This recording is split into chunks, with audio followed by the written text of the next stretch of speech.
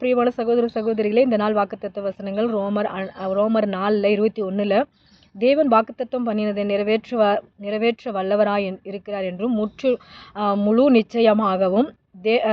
நிச்சயமாகவும் விசுவாசத்தில் அவர் வல்லவராய் இருந்தார். யார் வல்லவராக இருந்தார்? ஆபிரகாமை பற்றி பார்க்கலாம்.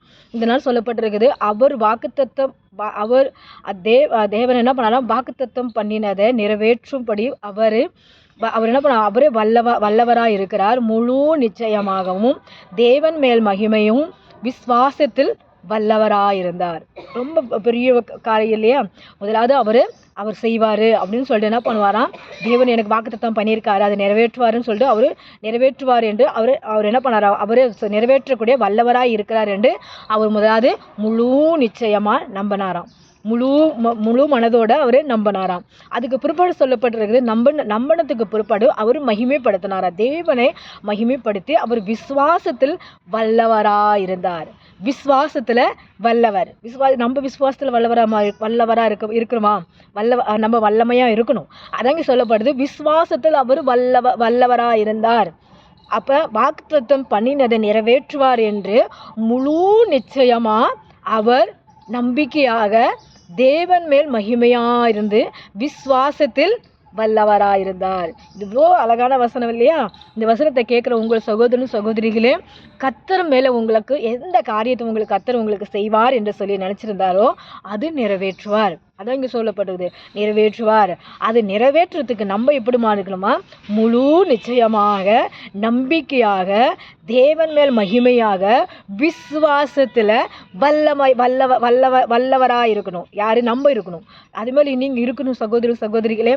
அப்போ ஆண்டவர் உங்களுக்கு சொல்கிறாரு, உங்களுக்கு எந்த தேவையாக இருந்தாலும் நீங்கள் விசுவாசம் முதலாவது உங்களுக்கு வேணும், நம்பிக்கை முதலாவது வேணும். அதுக்கு பிற்பாடு என்ன பண்ணுவோம், அது நீங்கள் செய்வோன்னு சொல்லிட்டு நம்ம ஆண்ட தேவனுக்காக நம்ம போற்றணும், தேவனை நம்ம மகிமைப்படுத்தணும், தேவனுக்கு துதி செலுத்தணும், தேவன் மேலே நம்ம முழு விசுவாசத்தை நம்ம வைக்கணும். நம்ம முழுவதும் நம்ம அர்ப்பணிக்கணும், நம்ம கர்த்தருக்காக வாழணும். அப்படி நீங்கள் வாழ்ந்தீங்கன்னா உங்களுக்கு எந்த பிரச்சனை இருந்தாலும், எந்த கஷ்டம் இருந்தாலும், எந்த துன்பம் இருந்தாலும் கர்த்தர் இந்த நாள் வாக்குத்தத்தத்தின்படி உங்களுக்கு ஆசீர்வதிப்பாராக.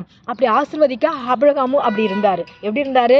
என் தேவன் எனக்கு வாக்குத்தத்தம் பண்ணியிருந்தே நிறைவேற்றும்படியும் நான் என்ன பண்ணுவேன், அவர் நிறைவேற்றுவார் என்று அவர் வல்லவர், அதை நிறைவேற்றுவார். முற்றிலும் நான் நம்பியிருக்கிறேன்.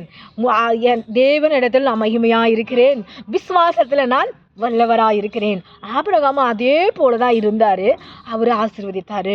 ஆபிரகாம் மட்டும் இல்லை, எத்தனை விசுவாசிங்க அதுக்கு பிற்பாடு அவங்களோட சந்ததிகள், அவங்களோட வரலாறுகள் எல்லாருமே விசுவாசத்தில் தான் இருந்தாங்க. அந்த விசுவாசத்தை நம்ம பெற்றுக்கொள்ளணும். அந்த விசுவாசத்தில் நம்ம தேவனிடத்தில் மகிமையாக வாழணும். அப்போ நம்ம மகிமையாக வாழும்போது கர்த்தர் நம்மளுக்கு ஆசீர்வாதத்தை கொடுப்பார், கர்த்தர் நம்மளுக்கு அற்புதங்களை செய்வார். நம்ம வாழ்க்கையில் இருக்கிற குடும்பத்தில் இருக்கிற எல்லா ப்ராப்ளமும் எடுத்து போடுவார். நம்மளுக்கு வேலை தருவார். நம்ம குடும்பத்தில் ஏதாவது ஒரு பிரச்சனை இருந்தால் அந்த பிரச்சனையை கர்த்தர் நீக்கி போட்டு நம்மளுக்கு முற்றும் விடுதலை தருவாராம், முற்றும் சுகம் தருவாராம், முற்றும் நம்மளுக்கு அற்புதங்களை செய்வாராம், முற்றும் நம்ம அவருக்கு அர்ப்பணிக்கணுமா, முற்றும் நம்ம குடும்பத்தை அவருக்காக ஒப்பு கொடுக்கணும், பிள்ளைங்களே ஒப்பு கொடுக்கணுமா. இந்த வசனத்தை நீங்கள் கேட்ட பிற்பாடு உங்களுக்குள்ள ஒரு சேஞ்ச் வரணும். எப்படி சேஞ்ச் வரணும்? விசுவாசத்தில் நீங்களும் வல்லவராக இருக்கணும். விசுவாசத்தில் நம்ம குறைவுள்ளவராக இருக்குமா? விசுவாசத்தில் வல்லவராக இருக்கணும். ஏதாவது நம்ம ஆண்டவர் இடத்துல காரியத்துக்காக துதிக்கிறதுக்கு குறைவாக இருக்குமா? அந்த குறையை நிறைவேற்றணும். அப்போ இங்கே சொல்லப்பட்டிருக்குது, நீர் எல்லாவற்றையும் செய்வீங்க ஆண்டவரே, நான் உங்கள் மேலே நம்பிக்கையாக இருக்கிறேன், நீங்கள் வாக்குத்தத்தம் பண்ணிட்டீங்க ஆண்டவரே, எனக்கு ஒவ்வொரு நாளும் கொடுக்குற நீங்கள் வசனத்தை நாங்கள் அர்ப்பணிக்கிறோம் ஆண்டவரே அப்படின்னு சொல்லிட்டு நீங்கள் கேட்குற ஒவ்வொரு சகோதரனும் விசுவாசத்தில் வளரணும். இன்னும் நீங்கள் புதுசாக கேட்டிங்கன்னா உங்களுக்கு கர்த்தர் சொல்கிறாரு, நீங்கள் ஆபிரகாமை போல விசுவாசத்தில் வல்லவராயிருங்க. நீங்கள் முதலாவது என்ன பண்ணுங்க, வாக்குத்தத்தத்தை இந்த நாள் உங்களுக்கு சொல்லப்பட்டிருக்கப்படி நீங்கள் முற்றும் நம்புங்க, முற்றும் நீங்கள் கர்த்தருக்காக வாழுங்க, அப்பொழுது உங்களுக்கு விடுதலை தருவார். இந்த கர்த்தனுக்கு இந்த வசனத்தைப்படி உங்களை ஆசீர்வதிக்கப்படி நீங்கள் என்ன பண்ணணும், ஆண்டவருக்காக கர்த்தருக்காக அர்ப்பணிக்கணும். நீங்கள் அர்ப்பணிக்கலைன்னா தேவன் எப்படி நம்ம வாழ்க்கையில் நம்ம குடும்பத்தை அர்ப்பணம் செய்ய முடியாதுல்ல. இப்போ நம்ம எப்படியாவது பைப் நம்மளுக்கு தண்ணி தாகமாக இருக்குது.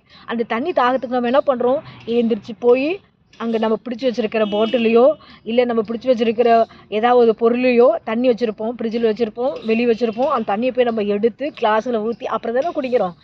அதே போல தான் நம்ம முதலாவது நம்ம இருக்கணும், போகிறோம், ரெண்டாவது எடுக்கிறோம், மூணாவது ஊற்றுறோம், அப்புறமேட்டு தான் குடிக்கிறோம். அதே போல் தான் இந்த சொல்லப்படுறது, நான் உங்களுக்கு செய்ய வல்லவராக இருக்கிறேன், நீங்கள் முற்றும் என் மேல் நம்பிக்கையாக இருக்கும்போது விசுவாசத்தில் நீங்கள் வல்லவராக ஆவீங்க, விசுவாசத்தில் நீங்கள் பெற்றுக்கொள்வீங்க. அப்போ நம்ம போய் அந்த தாகத்துக்கு தண்ணி குடிக்கும்போது அப்போ எவ்வளோ கஷ்டம், அதை எவ்வளோ மகிழ்ச்சி அடைத்து குடித்த உடனே தாகமாக இருக்குது, ஐயோ சாப்பிட்டுக்கிட்டே இருந்தால் எனக்கு விக்கிக்குச்சு அப்படின்னு சொல்லிட்டு தண்ணி குடிக்கிறோம்.